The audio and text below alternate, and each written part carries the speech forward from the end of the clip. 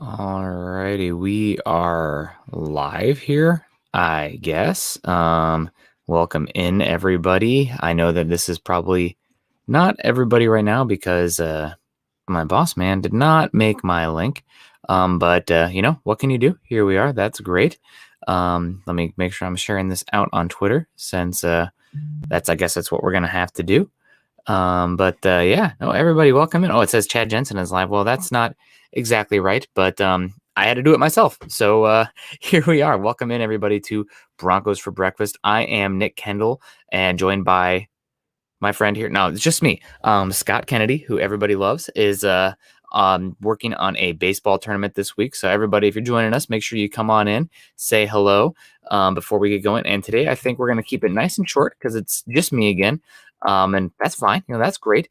And we're going to talk the Broncos offensive line. I know that this has been a unit that has been maligned for years and years and years. But it's a unit that deserves some credit and some inspection. So we got Jeremy coming in here. Jeremy, always the Kirk Cousins look-alike, the $1 million smile too. We got Austin Ryder also coming in. Again, sorry guys, the link wasn't made beforehand. So if the link is weird, I don't know what to tell you. It's just me doing my best, messing around, right? I'm a man of science, and that just means you F around and find out. So hopefully this is working. I see people trickling in. So it must be going at least somewhat right. So you guys can obviously find me at Nick Kendell MHH. We got Wevetos in here also. Hello. And like I said, guys, this is Broncos for Breakfast.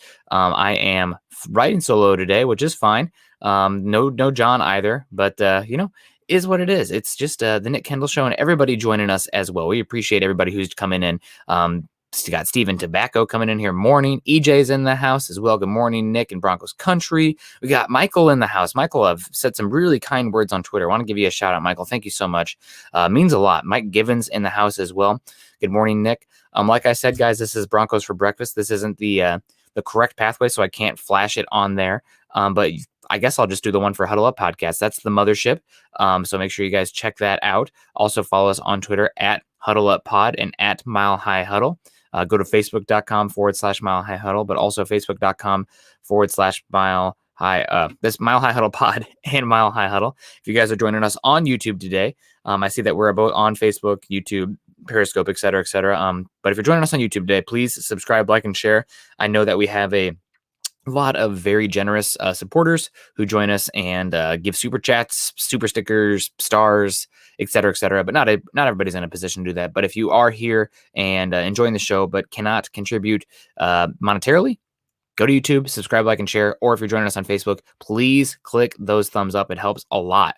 We got the pooping hippo in the house. Good morning. We got EJ saying, I'm hungry. What's for breakfast?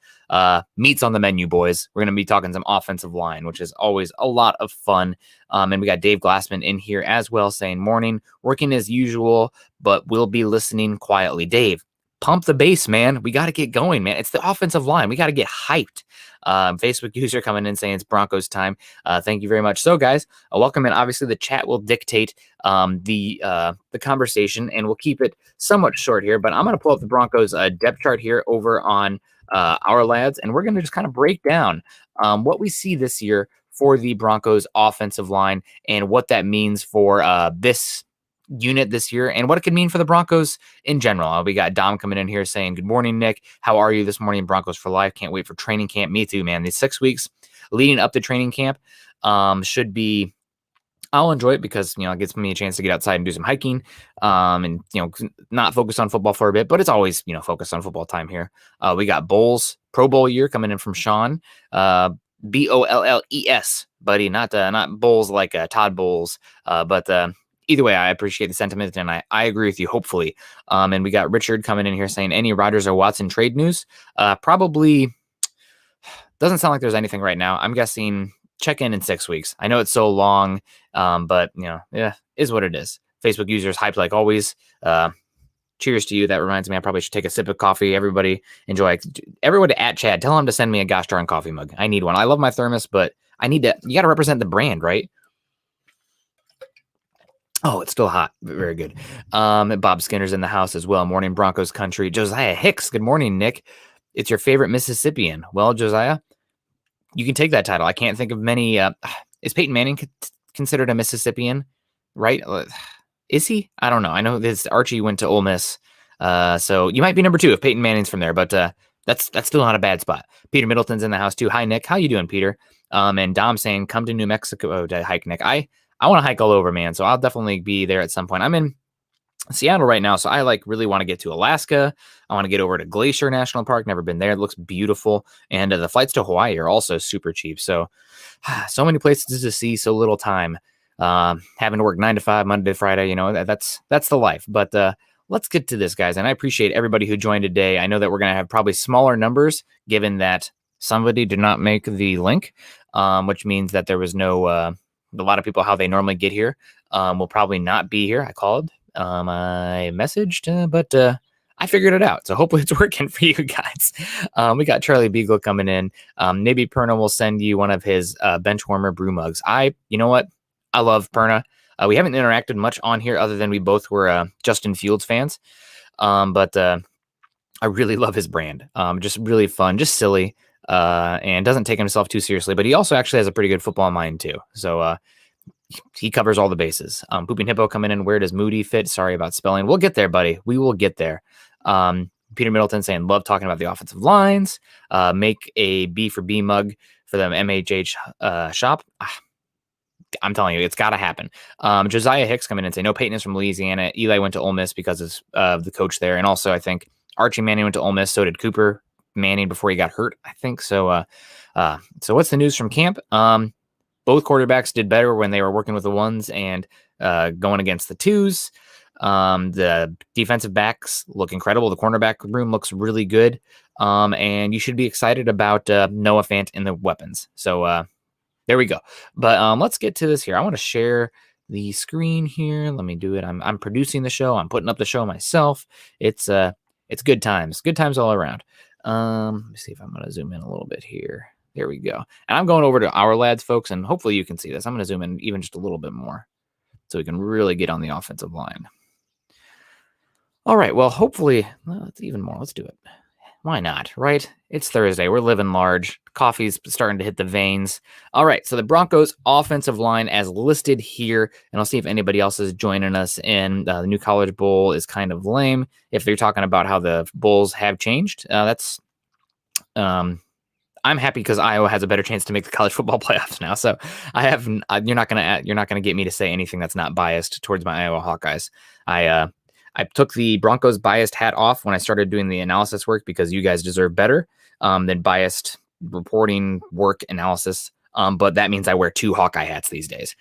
So go Hawks. And we got Robert Caslow's in the house too. What happened to the guy from Atlanta? Scott will be back, guys. He's doing some baseball coaching stuff this week, so he will be here. I don't know how to get rid of you. Facebook user hassling everybody. Leave us alone. Here we go. YouTube algorithm would not hook us up. What the hell? Morning. At Chad, he forgot about me. Now that Scott's not here, he's just leaving me behind. It's not very nice. What a thumbnail. I don't know what's going on. I made it myself. So Chad said it should be in there. He didn't make the room. So I tried. Good morning, y'all. And we got what is Cooper even doing there? I don't know. Who is your favorite Denver Broncos? What is your favorite Denver Broncos moment, Nick? Gosh, my favorite Denver Broncos moment. It's really hard to beat that Tim Tebow, Demaryius Thomas touchdown, just because the improbability behind it. But I'm gonna have to go with the Broncos strip sack. So there we go. I was talking about the quiz show, not football. Peyton Manning is the host, and Cooper is on there too. Okay. All right, guys. Well, let's get to it here real quick. Gary is just such a helping hand, and I'm feeling the love because I'm working solo today. Chad forgot about me. I'm seeing that Gary didn't forget about me though. So Gary, thank you so much. That's so helpful. Man, that means a lot to me. I'm gonna have to really give Chad a hard time. You guys get at Chad and give him a hard time too. So the Broncos offensive line, I think you have to start about the story of Garett Bolles. A lot of people last year wrote him off going into the season. You guys will know that I was one who was a staunch supporter of patience for Garett Bolles. You can go back. Now, I obviously did poke fun at him, the holds and whatnot, and thought the Broncos would be wise to at least look to invest further in the position. It wasn't just because of Garett Bolles. It was also because of Juwan James, who here we are, no longer a Denver Bronco. But a year ago, Garett Bolles, he played excellent down the stretch of the 2019 season outside of that game against the Cleveland Browns, where Myles Garrett just took his lunch. And to be fair, I think Myles Garrett's probably the second best pass rusher in football right now. So I don't know how much that really matters that much, because Myles Garrett's an absolute freak. He's going to be the guy who takes the baton from Aaron Donald as the best defensive player in football, I believe here. But Garett Bolles really took steps forward last year. What are we looking for this year? Obviously, you want the consistency to return, but there are a few factors here that should, again, being a big, staunch Garett Bolles supporter a year ago, everybody's on the Garett Bolles train now. He's a fun interview. Seems like a very genuine guy. Seems like a great father as well. I mean, the TikToks that his wife puts out of him, always a lot of fun. So that's one that is all I'm a big Garett Bolles fan. However, this season, you're going to have to look at it a little bit with a grain of salt, because last year there's two factors. One, no fans in the stands. What does that mean for the Broncos and Garett Bolles? Garett Bolles tends to have his holding penalties kind of come in clusters last year, and some of that might be because the pressure of playing in front of fans who were ready to turn on him in an instant, right? Like, you guys, you're paying fans. I'm not going to tell you what to do or how to act, because I'm right there with you as far as being critical. But playing in front of no fans last season, that somewhat changes the formula of what we're going into this year. A little bit more pressure to perform, et cetera, et cetera. So that's a factor. How much is it going to matter? Waiting to find out. Garett Bolles still, he's going to be a top 10, top 15 offensive tackle, top 10 left tackle. You should be fine there. But that's one that I'm looking for. The other factor that I'm curious to see if it's going to change this season is last year offensive holding calls were down across the league. It's just something the league told NFL officials to de-emphasize in their calls. And is that the product looks still pretty darn good last season? Is that going to carry over this year with the holding calls, or are we going to see a bounce back in the rate of holding calls? Don't know. We won't know until we know, right? And I haven't heard anything from the league. If anybody has heard anything from the league in that regard, please let us know in the comment section. But haven't seen anything in regards to the holding penalties and where they will be this year. So if that goes back to normal, you could see Garett Bolles' holding penalties spike. Now, that doesn't make him a bad player at all. One of the guys who's led the league in holding the last, or one of the highest rates of holding penalties the last few seasons has been Laremy Tunsil, who I believe is the highest paid tackle in all of football. Holding, they're going to happen sometimes. I'd rather the guy get a holding penalty than whiff on a block and leave the quarterback exposed, either resulting in injury, which back-to-back years, Drew Lock's taken hits and been injured. So that matters, or turnovers, more likely there. So sometimes you get beat. It's better to hold in that case.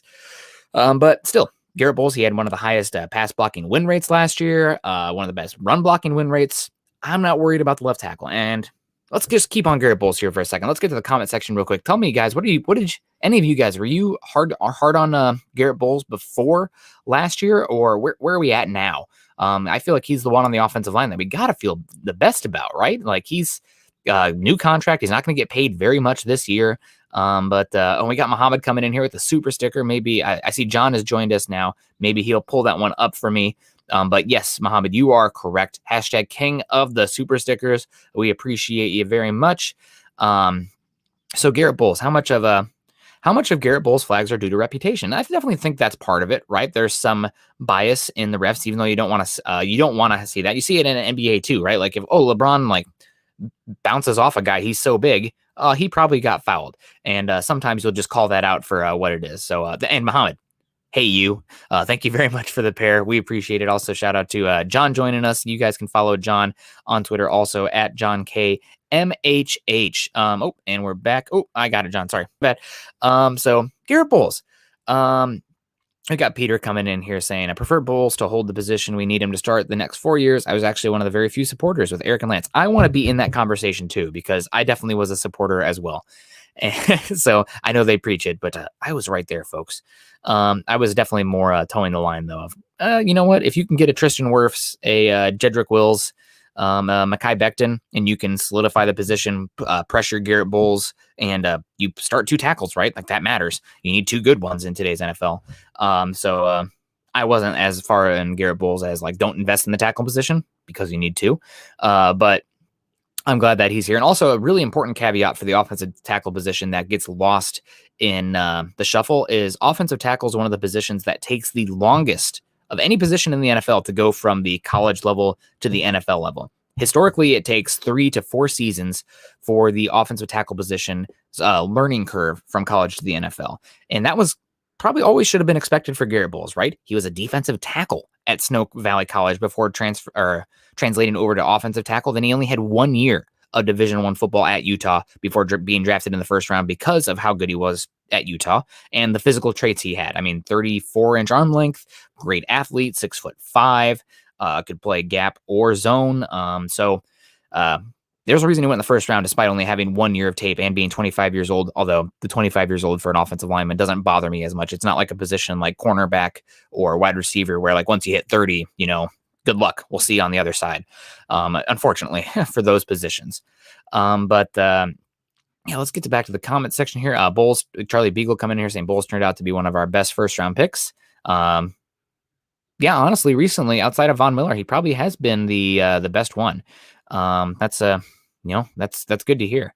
We got Dom coming in here saying yes, Bolles has grown up since his first year. I mean, since his second year as well, right? And we got LaShawn coming in here. In our defense is what we're think it will be, and our offensive line is solid. We can go far. I'm diehard, but being realistic, I can't say we will win it all until I see our offense performs good things. Defense wins games. And thank you for the comment, LaShawn, over on Facebook. And you're correct, man. That's the defense will take them far, but we will see. Right? Is the quarterback going to come together? Can he lead us to the promised land? Whoever that is. Charlie Beagle. Would you ask Jerry Jones to come to Seattle and practice his receiving skills by catching fish at Pike Place Market? That would be pretty darn awesome. If he lived out here, I would definitely push for him to do that. EJ coming in here saying, hey, Nick, if it takes 3 years to develop a tackle, should the Broncos have drafted a right tackle either last year or this year, since we can't depend on a free agent right tackles forever? The Broncos probably should have taken a tackle, and I think if they knew what was going to happen to Juwan James, they would have taken one in hindsight. But the draft is, you're competing, but there's 31 other teams out there. Like, I'm sure everybody in here has been in a fantasy league, and you're in the 6th round, and you have this like kind of second-year wide receiver who you're really targeting, and then he goes 2 picks before you, and you're like, well, I guess now I have to take a running back. I really wanted that wide receiver, but that's how the board fell. That's kind of what happened with the Broncos in this past draft. They had 3 different offensive tackles that they were gearing up to take. One in the top of the 3rd round, and Brady Christensen. I believe he went 1 pick before the Broncos, resulting in the Broncos then trading back. So he went to the Panthers. And then the Broncos were gearing up to take Spencer Brown, what I've been told from multiple people. Gearing up to take Spencer Brown at the end of the 3rd round. He goes to the Bills. And then they were gearing up to take Tommy Doyle out of Miami, Ohio in the 5th round. And the Bills took him as well. So Spencer Brown and Tommy Doyle off to the Bills when the Broncos were looking for them. So probably should have. It's definitely a position that the Broncos are it's one of the most likely positions the Broncos will take in the 1st round next year. You can't fill out every single need every single year. There's no such thing as a perfect roster. And that's why getting a great quarterback matters so much, because great quarterbacks can cover up roster deficiencies, unlike any other position out there. So let's keep it going here. We obviously have the depth here with the Broncos left tackle position. They have Cameron Fleming listed as the number 1 backup, I guess the number 2 left tackle here. I think it will be Calvin Anderson. I think you're going to see Fleming more so competing for that right tackle spot with Bobby Massey. Why don't you scroll over now, buddy? I believe in you. Scroll. Okay, well, you guys will just have to make believe with me. Well, okay. But you have Calvin Anderson over here. I think he's going to be more likely competing with that left tackle spot, unless you see Cameron Fleming or Bobby Massey do better in their left tackle reps, and Calvin Anderson is stuck, so to speak, in that position. Calvin Anderson, he's not a good enough tackle where he can only play left tackle, right? Like if you're a elite phenomenon tackle or guard or center or whatever, then you can probably get by with only playing one position. But I'm sorry, guys, like Calvin Anderson, undrafted free agent at tackle, that's just kind of like, read the room. He's probably not good enough where he can only play left tackle and stick around in the NFL. He's going to have to be able to play right tackle and left tackle as well. So if he can't learn to cross train this year or get better at cross training and play right tackle position as much as left tackle position, and either Bobby Massey or Cameron Fleming show that they can play left tackle as well, Anderson might be gone. Just kind of, that's the reality of the situation. Yeah, if you talk to any offensive line coach or any offensive line prospect coming in, they will harp on you the importance of cross-training these positions. And Muhammad talking in, I agree. Slater was my pick. I'm very happy about Patrick Surtain. I'm not upset about that. I thought it was going to be Slater. Apparently, Slater had a back issue come up. And also, I think Slater's better in the wide zone versus the gap power-centric scheme the Broncos have been running. But, is what it is. Yeah, this is our best draft in a while. We'll see. I'm still pretty happy about the Bradley Chubb, Cortland Sutton draft. Even though if they would have gotten Fred Warner with that pick number in the third round instead of Royce Freeman, we'd be cooking with grease. But what can you do? Can Fleming play both? I thought Anderson played left and Fleming right. You mostly lean Fleming at right, but again, my point stands for Anderson as it does for Fleming and Massey. You're going to have to be able to play both sides because neither of those tackles are good enough where they cannot get by without swing ability. So, we'll see how it works out. Now we move on to left guard. And I think the left guard position is really interesting because I feel like a lot of people are dancing around it because Dalton Reisner is such a good dude, but he struggled last year. Let's call it out. He was not very good. I would say he was below average, and that's not what you need, especially from a team that's going to have to rely on gap-centric running this season if the offense is going to be adequate to average. The interior offensive line has to play better, and Reisner struggled. And now, was that because the sophomore slump? Was that because Lloyd Cushenberry was struggling so much next to him that it was kind of a sinkhole for the entire trio of the offensive line? Or was it because of the, I don't know if I mentioned already, the change in the scheme, right? Dalton Reisner, he's not really obviously he's an offensive lineman. He's a power person relatively to the normal man. But for the Broncos scheme, going from the Rich Scangarello wide zone, which wants offensive linemen who are a little bit more dancing bears, versus the gap zone, inside zone, duo, traps, counters, etc., that the Broncos ran more of last year, we saw Dalton Reisner kind of dip a bit. So hopefully you'll see him his third year, still on his rookie contract, still a lot of good football left, take a step forward this season. But I thought Reisner could have played better last year. Still, he's not a weakness on the offensive line. I would say that right now he's a average starter compared to the rest of the NFL.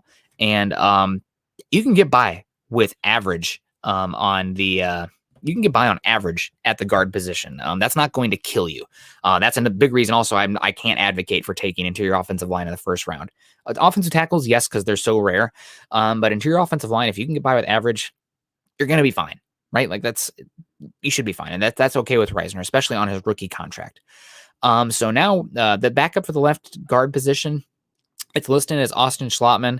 I am less than I want to be saying. I still have Schlottman fever. That would be great if Schlottman could do it. I think that the drafting of Quinn Miners and Netane Moody makes the roster math pretty difficult for Austin Schlottman to make the team because Moody played left tackle at Fresno State. We saw him get reps at right guard last year, but I think all in all, Moody's position would probably be left guard, maybe.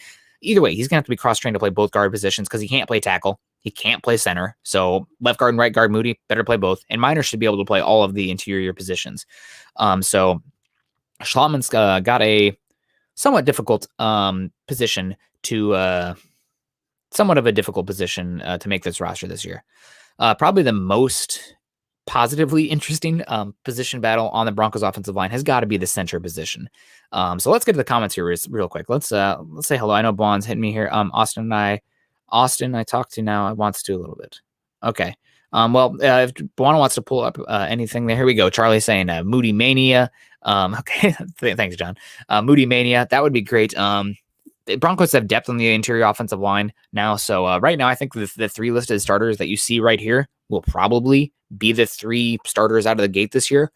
But in a 17-game season, somebody's going to get dinged. Somebody's going to miss some games, and the Broncos have some flexibility now with the interior. Don't talk yet about right tackle. We'll save the worst for last in this case.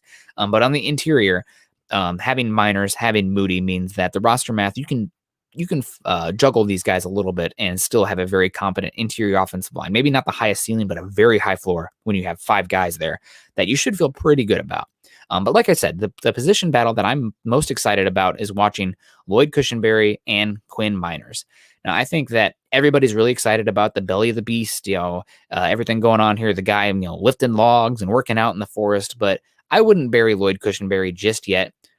He was probably the worst starting center in football last season. And that's not a personal attack. Like when I say Drew Lock was a bottom 3 quarterback last year, that doesn't mean that's what he's going to be. It's just what he was. So what is he going to be this year? Lloyd Cushenberry. I expect steps forward for Lloyd Cushenberry. Now, again, he doesn't have to be an all-pro. He doesn't have to be a Pro Bowler. He just needs to be solid. And he needs to do a better job with his power. Last year, like we have Muhammad coming in here saying Cushenberry needs to be more aggressive. Mo Round saying a tackling dummy could have outperformed Cushenberry last year. Well, Cushenberry also was given a lot on his plate because Drew Lock was struggling with some of the pre-snap reads. So the Broncos shifted more onto Cushenberry from the just the intellectual side of the game. So that could have been a part of the issue, but he's got to do better.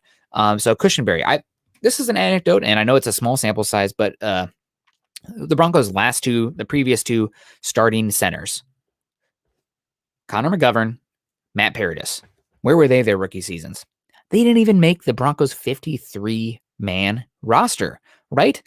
So this is essentially Cushenberry's second season. Imagine last year if we didn't see him at all because he was on the Broncos practice squad and he's competing for the spot this year. He was literally thrown into the fire.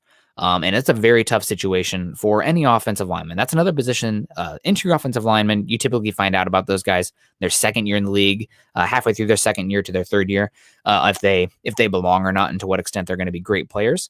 But Cushenberry should be better this year. He has nowhere to go but up, and I expect him to win the job over Quinn Miners out of the gate. And part of that is not just because of Cushenberry taking steps forward, being better in his second season, but you guys asking Quinn Miners to play this season seems like a long stretch, right? You're asking for like immediate payoff when Miners, it's more of like you planted a seed and you're hoping that a year from now, you'll see a beautiful tree starting to sprout there.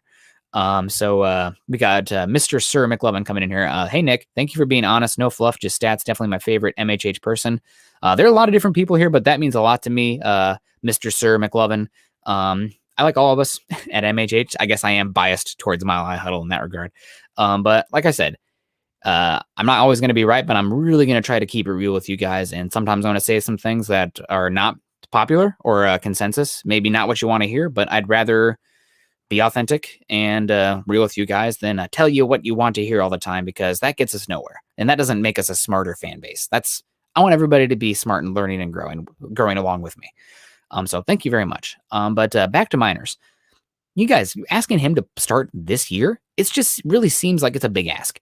And you're asking for an immediate investment. It's like J.G. Wentworth, I want my money and I need it now, versus you're investing in the stock market and you want dividends a year from now, 2 years from now.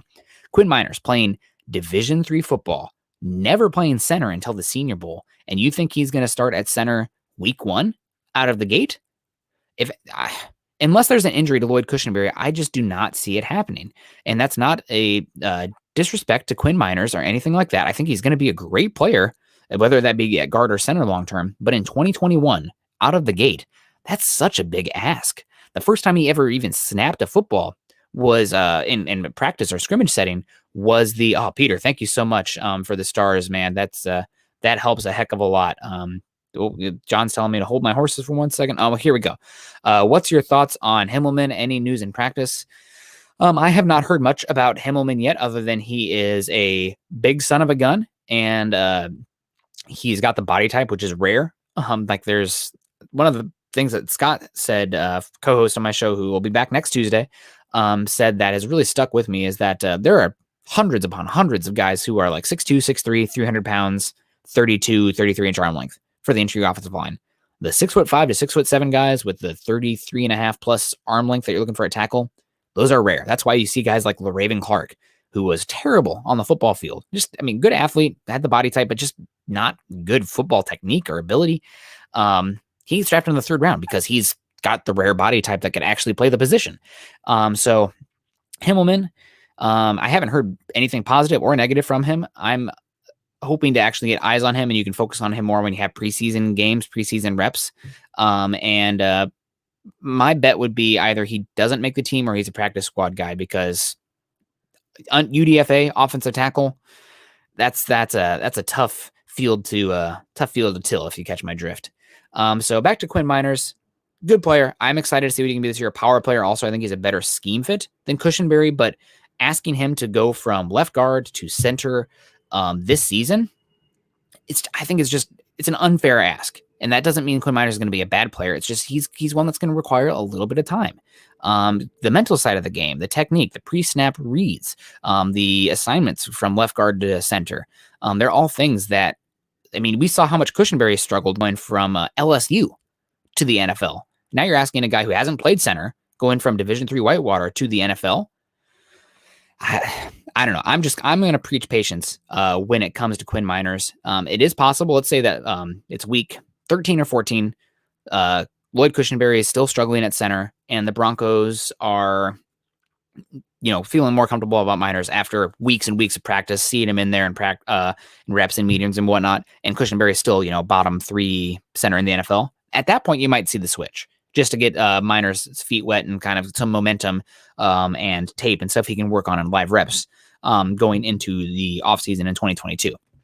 But as far as out of the gate, I don't know, guys. I love the draft as much as anybody, but I think we put too much on these draft picks right away. Like I said, they're investments. It's much more about what those guys are going to give you 3 years from now, 4 years from now. People like, oh, Baron Browning's already injured. What a bust. Don't talk to me about Baron Browning in 2021. If he brings special teams ability this year, I'll be happy. What is he going to be in 2023? What is he going to be in 2024? That's what matters. So we had a comment there from Munchak. We got Moron coming in here saying, I could listen to you talk Broncos all day, Nick. Thanks. Well, Mo, I couldn't talk all day, but let me take a sip of coffee here real quick because my voice is starting to dry out. Well, thanks, Mo. Thank you so much. That means a lot. I appreciate it. We got John in the house as well, saying, I know we were talking about the O-line. Have you heard anything about Griffin? If you could expand upon that at all, that would be great. Are you talking about a Broncos depth player on the line? I don't see any Griffins here, so I am not exactly sure who you're talking about. Just get us that a little bit more. I'm curious who he means, and I'll check to see if John knows who he's talking about. Okay. Oh, you're probably talking about Shaq Griffin. He's competing for a spot right now. I wouldn't expect too much from him other than special teams ability. But that's not a bad thing, right? The Broncos special teams have been pretty abysmal for 3-4 years now. So it is what it is. So let's keep it moving here. Right guard Graham Glasgow, who's come on the Mile High Huddle show, has fostered a unique friendship with Buona Beast John K as well. So man, that's awesome. I was pretty happy about the Graham Glasgow signing 2 years ago. I didn't think it was much of a true needle mover, but I thought it was a great investment in Drew Lock, which the Broncos needed to do last year, which they did time and time again last year, last offseason, with the draft, with free agency, et cetera, et cetera. So they go out and they bring in Graham Glasgow, who now is he honestly might be the highest paid player this year on the Broncos offensive side of the ball as far as his cap hit. Garett Bolles has a ballooned hit year after. But I'm really excited about Glasgow this year just because he can play solid. Now, how Glasgow plays this year, I would expect him to be the starter this year, but you have to know that Quinn Miners and Netane Moody are nipping at his heels. And if either of those guys show to play competent behind Glasgow, I think it's very possible that this will be the last year of Glasgow in Denver. And that's the nature of the beast, right? That's how it is in football. It's same thing in college too. You're always looking to replace the current starters that you have with younger, cheaper, healthier options that you have more years of control left. And that's how it's always going to be. It's a young man's game, and teams are looking to maximize value. So Glasgow this year is playing on a $8.4 million base hit. His cap hit is $12 million. However, the Broncos can move on from him after this year, resulting in $6 million dead cap and $6 million savings. However, after June 1st, if the Broncos do move on from him, it would be $9 million cap savings with $3 million on the dead cap in 2022 and $3 million dead cap in 2023. So, and that's not as much about to do with how Glasgow performs this season. Obviously, if he really struggles, you'll see him gone. But it's more so, I think, about how Netane Moody and Quinn Meinerz perform and how the Broncos feel comfortable there. If they think they have somebody who is emerging and is a special player in Moody, who, if he can stay healthy, I think he does have the ability to be a pretty special run blocking guy, almost a unit defining run blocker. He has that kind of power along the offensive line. I think it was Shelby Harris who said that there was only one player who's put him on his back the last few seasons in Broncos practice, and that's Netane Moody, who has just unreal power. So you want to look out for him pushing Glasgow this year. And we got Moron coming in here. Glasgow could play center if they like Moody starting at G. And that's a good point as well. I was about to get to that. Another thing with this season, if Cushenberry goes down and the Broncos don't feel comfortable with Quinn Meinerz starting right away, you could see Glasgow make that transition to center and then pencil in Moody at right guard. And that has as much to do with holding off Meinerz as much as possible if they do not feel like he is physically or mentally ready to start, which, again, Division III football, hadn't played center until the Senior Bowl. That wouldn't be out of the realm of possibility, and that does not mean Meinerz is a bust. It's just going to take some time. You're not drafting players for what they bring you their rookie season. If you are, you're not going to be a general manager for long. But Glasgow, he's going to bring a solid play, and we got Peter coming in. Glasgow is actually better at C, but think we want the drafted guys to get it. And that maybe that won't be this year, but we're talking the 2021 line going into 2022. So, you have a good formula there for the Broncos, and you have a contingency plans in place both for this season and seasons beyond. However, the one position where everybody's going to be sick of it, everyone's going to be upset this year, and if the Broncos quarterback play is not abysmal like it has been the last 4 or 5 years, gosh, I'm starting to lose count. We're about to get to the second hand here as bad quarterback play years. It's the right tackle position. Everybody can move off Garett Bolles. He'll have his ups and downs. He'll still have some penalties, yada, yada. But the right tackle position for the Broncos is one that it's been an issue for a little bit, and it's been exaggerated somewhat given the talent in the AFC West for the Broncos going up against that right tackle position. Obviously, you had for a while Justin Houston, who was incredible for many years. You had Khalil Mack, who was arguably the best edge rusher in football, a guy who's probably on his way to Canton along with Von Miller. And now you have Joey Bosa. All those guys, and Von Miller, all those guys go up against right tackles. I think the day of the blindside blocker being more valued, everybody should put that in a box. That's antiquated thinking these days because the blindside, does it even exist really with how much shotgun snaps are being played? Quarterbacks can see both sides of the line. There's not really a blindside like you used to when you're at shotgun. And a lot of teams are putting their best pass rusher over the right tackle because a lot of times the right tackle is the lesser player between the two positions. Not true for the Tampa Bay Buccaneers, where they have godchild Tristan Wirfs. Just want to get that in there. I love you, Tristan. But go Hawks. Yeah, man, the right tackle position. I do think that the Broncos' right tackle position should be better than it was last season. Obviously, Cameron Fleming and Bobby Massey, both those guys they're not great tackles, but because you have Garett Bolles, because you have should have solid offensive line in the interior, if that right tackle position is struggling, you have the ability to shift protection over to the right tackle side to help those guys out a little bit. And Elijah Wilkinson, God bless him. Probably not a guy who ever should have been starting for the Broncos, but injuries happens. Juwan James happens. And he's out of here. So now you have Massey and Cameron Fleming. Both those guys are going to compete. I would not be against the Broncos paying a Morgan Moses. I think that George Paton has gotten a lot of deserved praise this year for his patience.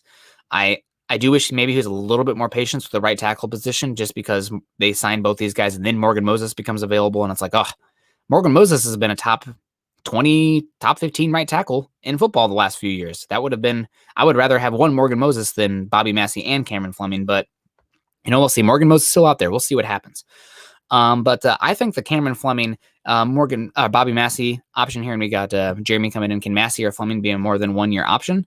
They could be, but I see them far more like the Broncos bringing in Jared Valdir, where, these guys, they have, what they are, right? Like at this point, none of them are going to be really true difference makers for that offensive line, but I don't think they're going to absolutely kill you. And it's not like the Broncos are going to be out there with an undrafted free agent. Like they're not playing Himmelman out there at right tackle, where he obviously is not ready. Maybe he doesn't belong just yet, and he's getting whipped. Like you don't want that.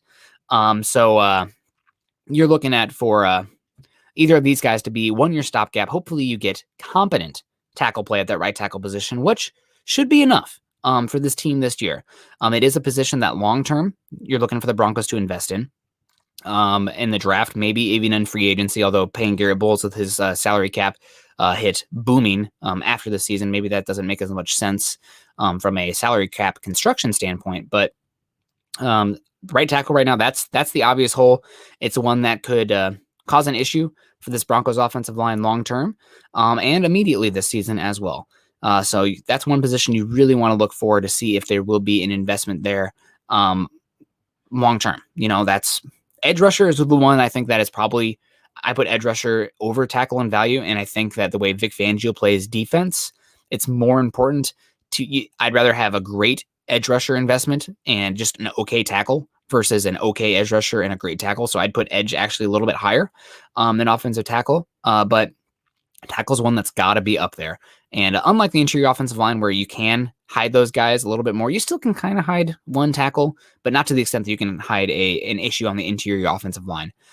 So that's because that's part of that is Shermer's scheme as well. Shermer really likes to leave those tackles on islands. And Garett Bolles stepped up to the plate last year. God bless him for that, because we really needed it. I mean, I feel like we're not, we talk about it a lot, but like we really need to talk about like Garett Bolles' turnaround last year and what just complete career turnaround and trajectory for this Broncos team as well, to have that left tackle position locked down for the next, maybe 5-10 years. Because how long offensive linemen can play. I mean, Andrew Whitworth is playing right now, but he's going to be like 39 this year. Jason Peters played forever. Trent Williams is playing forever. Injuries can happen.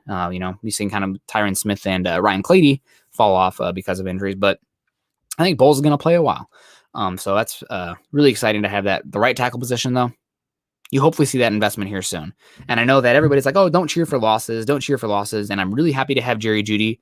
But man, if Shelby Harris doesn't bat down that 2-point conversion, I think we're talking about Tristan Wirfs playing right tackle for this Broncos team right now. And then you're talking about easily the best tackle duo in football.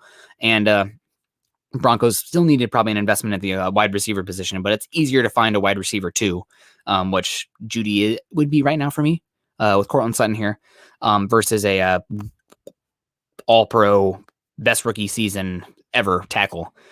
So man, he was so good last year. So was Mekhi Becton, and so was Jedrick Wills. That was really a special tackle class last year. So pretty awesome. We got Dale coming in here. Speaking of awesome and a special guy, Dale coming in the $5 super over on YouTube, saying, I want to ask this on all the MHH podcasts, but don't think the team's roster should be increased with the 17 game schedule. I'm here for increased rosters. It's not my money. So if they're paying a little bit of guys, that's great. Also, more guys getting paid and in the league, I think is a good thing. And this game is becoming extremely specialized, right? Like not even just like different positions out there. Like you don't have guys playing both ways, obviously, but like how different is Courtland Sutton to KJ Hamler, right? Like how different is Bryce Callahan to Patrick Surtain, or Draymond Jones to Mike Purcell, right? Like this game is becoming so niche and so specialized that the expanded rosters mean you can get even more specialized, and you should have a better product because of that. So I'm here for the expanded schedule, or the expanded rosters as well. And if it means some more guys getting paid, not out of my pocket, by all means. I'll have to push against you, Dale. Let us know in the comments or in another show why you are against it. Don't just say you are against it, but tell me why. So we got, let me see. Here we go. Jeremy Sean saying, is this a line better suited for run blocking or pass protection? This is a good question. I think they're better suited for pass protection. The interior offensive line right now, outside of Moody, you don't really have a lot of body movers. A lot of them are more of the finesse style players, where in the wide zone, that's some you can get by with that with the fleet of foot the Dancing Bears, as a lot of offensive line coaches like to say. But these are more pass blockers right now. So I think this is more of a unit that is a pass blocking unit. And you know what? That's fine. I am totally okay with that because it's a passing league. And I know this team is probably going to be more predicated on the ground game this year, but ground game success is much more about dictating box numbers, right? Like the highest correlated factor for ground game success, ground efficiency is box numbers. And that is dictated by how you use your wide receivers and how much a team respects your quarterback. If they don't respect the quarterback, guess what they're going to do? They're going to pack the box and saying, I freaking dare you to throw the football because you're not going to do it because your quarterback sucks. And that's just kind of the reality of it. So I'd rather have a better pass blocking unit. Also, a better pass blocking unit means you're less likely to have negative game changing plays versus the run blocking unit. Like, let's say you really can't really get the ground game going, that stinks, but you're still 2 to 5 yards in a given carry. That's a big difference in a bad pass blocking unit. That one bad play and your quarterback's out for the season. It's a strip sack. It's an interception. So you definitely want to lean towards the pass blocking there. And I think this unit does. You just really want to see the interior offensive line to get better at the point of attack this year. And with the two Broncos smash mouth running backs, I think that even if they block, just average, you're going to see a solid rushing attack this year for the Broncos. We got Trevor coming in here saying, with that being said, which QB does our offensive line favor, Locke or Bridgewater? It's probably a wash. As lame as that sounds, Locke is so interesting because he does a great job of avoiding sacks, but sometimes that's not always that's not a great thing. Also, if that makes sense, like he bails too soon sometimes, and he also will stick on that primary read, and if it's not there, he's escaping the pocket or throwing the ball away when there are guys open on the second and third read. So that's like when we saw the Broncos go from Joe Flacco to Drew Lock and how much the offensive line's sack numbers dipped. Part of that is a shout out to Drew Lock, and that's a good thing. But you also see guys like Ryan Tannehill, Deshaun Watson. Those are some of the most sacked quarterbacks in the league, but that's because they hang in the pocket forever. They're waiting, they're biding their time, and because the offensive line does have to hold longer, but they're looking for the kill shot, and they're sitting in there, they're going through their reads, they're manipulating in the pocket, they're moving in the pocket subtly to buy themselves time as long as possible, and we just haven't seen that from Lock yet. If his primary read's not there, alarm bells go off, and it is what it is. But Kenny Booker coming in here saying, too bad Jared Valdir couldn't stay healthy. It's football, man. Broncos got one good year out of him. He's probably been the Broncos' best offensive tackle post Orlando Franklin out there. So they got one good year out of him. They didn't pay very much to bring him in. So, that's not a bad investment. We got also Geiger Gaming coming in here saying, evening MHH. Good evening to you, Geiger, over in Australia. You have to let us know whereabouts in Australia are, man. It's a big country. I have not been out there yet. A lot of my friends from college went out there with all the business majors, and they did a lot of studying in Australia. But it was a good time. So here, let's get rid of this guy. Let's get my beautiful face back up in here. There we go. Now it's back to me. But all about me with my beautiful Broncos flag. My wife got that nice rod up there. She said, here, put the curtain on, hang the flag. This is her desk too, so you guys can actually see everything going on. It's decently clean. Shout out to her. She is amazing. Love the wife. But we got Moron coming in here saying, who is the best player selected on offense of Elway's tenure as the general manager? I mean, probably Garett Bolles. Right now, man. Sutton is a good guess too. I guess maybe Sutton because what was he, the 31st overall pick? And to get a wide receiver one at the 35th pick, something like that. He was early second round. That you have to weigh that in there. But Sutton, Noah Fant also, who I think should be making a big jump this season. I'm really excited for Noah Fant this year. And that I really try not to be biased with the Broncos, but I've followed Noah Fant since he was a sophomore in college, and I was screaming on draft Twitter like Noah Fant is special. Noah Fant and TJ Hawkinson and Noah Fant are incredible players. And I think Fant is going to have a great year this year. But Sutton's probably got to be the guy. Cody Latimer. Charlie, you're such a gosh darn troll. I love it. But I think I'd probably order him right now based on what we know. Sutton, Bolles, Fant. Trying to see if there are any others that really stood out. I mean, Matt Paradis, also a really good starting center for a while for the Broncos, 5th-round pick, and they got a good value out of him. And I even think they got a compensatory pick for letting him walk after that. So that's a deep sleeper as well. I think you got to give a shout out to Matt Paradis as well. Maybe a little bit born by Peyton Manning, because incredible quarterbacks can help offensive linemen, and obviously not as much was on Paradis's plate because he had Manning from the pre-snap side of things, but still, he's got to be a good call as well. I'm not going to put Reisner in there just yet because he's an interior offensive lineman, and he has been okay so far. You hope he gets a little bit better out there. But here we go. Tommy Simmers. And unless we have any super chats coming down the tracks, I was going to do half an hour today, but you guys got me talking on the offensive line, and I could just go all day on the trench play. I absolutely love it. But Tommy Simmers coming in here. What's Albert O's role with a healthy season out of Fant? Plus or minus 500 yards and 5 touchdowns. I'm going to go minus on the yards and probably push on the touchdowns. I think that's about right on the touchdowns. It really does also depend who the quarterback is. I think if Teddy Bridgewater is the quarterback, you're going to see less passing touchdowns.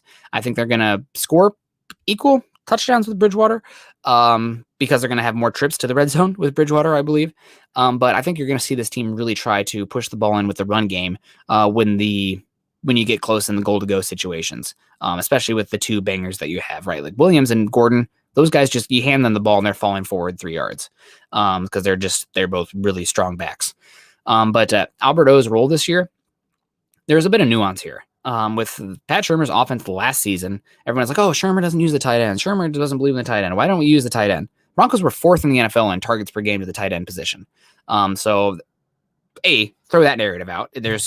People can say it because they think with their feelings, but the stats do not line up. Broncos did use the tight end last year. However, I think they were 12th in the NFL in 12 personnel, which if you guys don't know, 12 personnel is the first number is the number of running backs, so 1.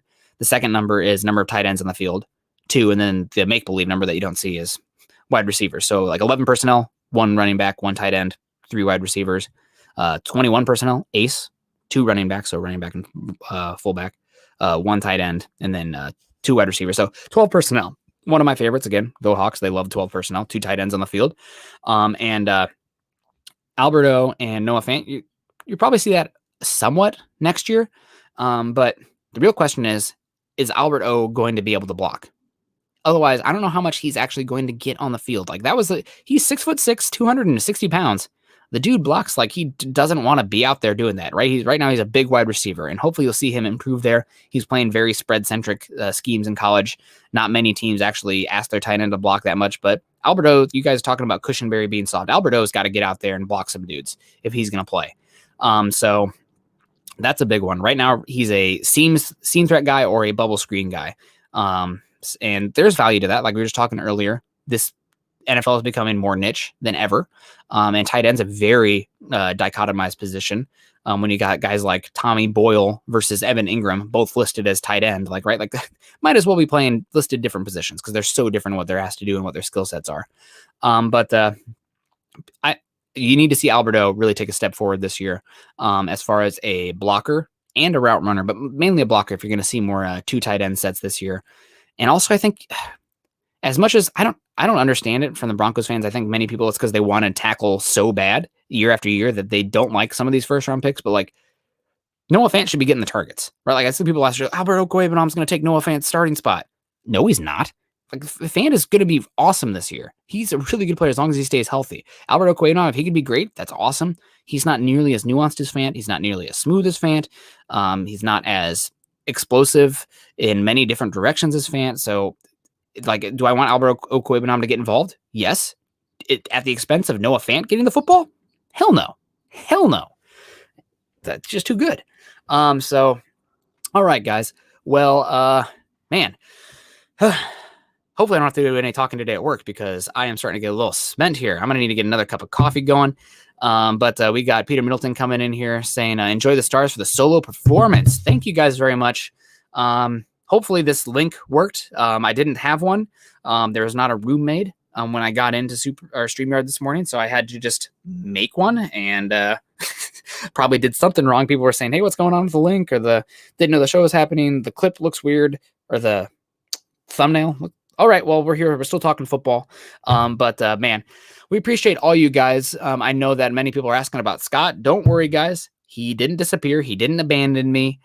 He is going to be here next week, next Tuesday, to do the show. So he'll be back. And appreciate everyone for hanging with me today. Also, shout out to John for joining us and working the chat in the background as well, making sure everything comes in and the show runs smoothly, especially when I'm doing things solo. It can be a little bit hard to make sure everything's going on when I'm really trying to give you guys good analysis while also talking with you guys in the chat. But I don't have the Broncos for breakfast clip here, but guys, this has been Broncos for breakfast. We're going to be back next Tuesday at a 7 o'clock Mountain Time, 8 o'clock Mountain Time, 7 o'clock my time. See, I talk so much that I can't drink my coffee. That's the reason you need a co-host for these morning shows, because I don't have the coffee drip yet. That's next. Amazon Prime Days. It was not a Prime Day deal for the coffee IV. But you guys, make sure if you're joining us on YouTube today, subscribe, like, and share. If you're joining us on Facebook, please click those thumbs up. Thank you so much to everybody who super chatted today, who donated stars, who donated super stickers, and everybody for the kind words as well. It's a totally a different medium to do the show by yourself, because there's not really the back and forth. So I'm just sitting here word vomiting to you guys. But if you guys are liking it, then, thank you so much. That means a lot. Make sure you follow me on Twitter, at Nick Kendell MHH. Yep. Oh, sorry, John. My hands are off. Jesus, take the wheel. All right. At Nick Kendell MHH. Also, guys, make sure you follow John on Twitter as well, at John K MHH. I will be back with you guys Saturday evening. It's going to be like 100 degrees here in Seattle. So if I'm doing the show without a shirt, I'm very sorry about that. But God, it's going to be so hot. Nobody in Seattle has air conditioners, and it's going to be 100 degrees like 3 days in a row. So it might be rough. But bring the dog on as a co-host. Charlie, I see you. Summit is I'm so sorry, John. Summit is a very nice boy. He's not yet a good boy. He's still working. He's earning the good boy title. So maybe sometime. He's outside. He's with the wife right now. Honestly, we're probably going to be hunkered down in the basement because it's going to be so hot here. But appreciate everyone for joining me today. I need to get going. Got the other work to do. I need to also give Chad a hard time for saying, "Oh, Nick, the room should already be made. You just log into StreamYard." What room, Chad? Where is this room you speak of? But hopefully it worked. I love y'all. Stay safe.